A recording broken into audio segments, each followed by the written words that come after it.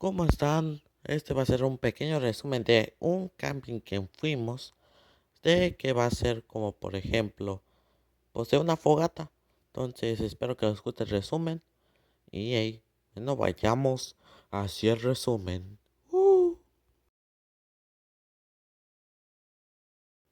Y también hice este dibujo de un árbol y una roca y hasta tiene una firma. Excelente servicio. Eh. En el camino también estuvimos comiendo estos panecillos. Unos tienen chocolate, relleno de chocolate o simples. Entonces disfruten del camino. Y ahí.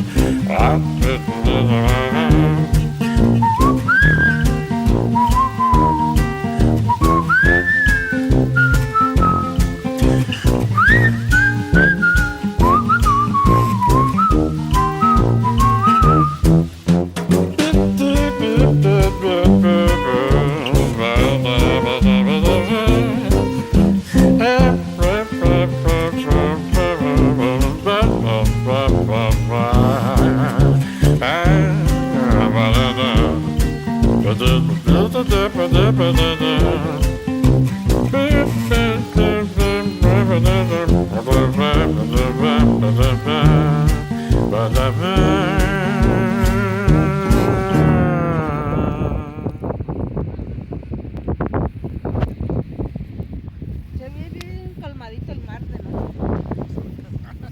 No, ver que se calienta. Pero son pedacitos de bistec. Lo que le dije a José, pues nomás te pones así. Bueno, por ejemplo, usted sí va a tener más cubito, pero me gusta medium rare, yo así me parece.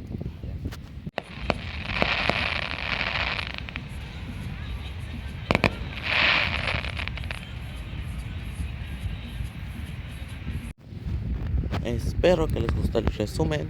Y eso sería todo por hoy. Y pues sí, bueno, espero que tengan un buen día. Adiós.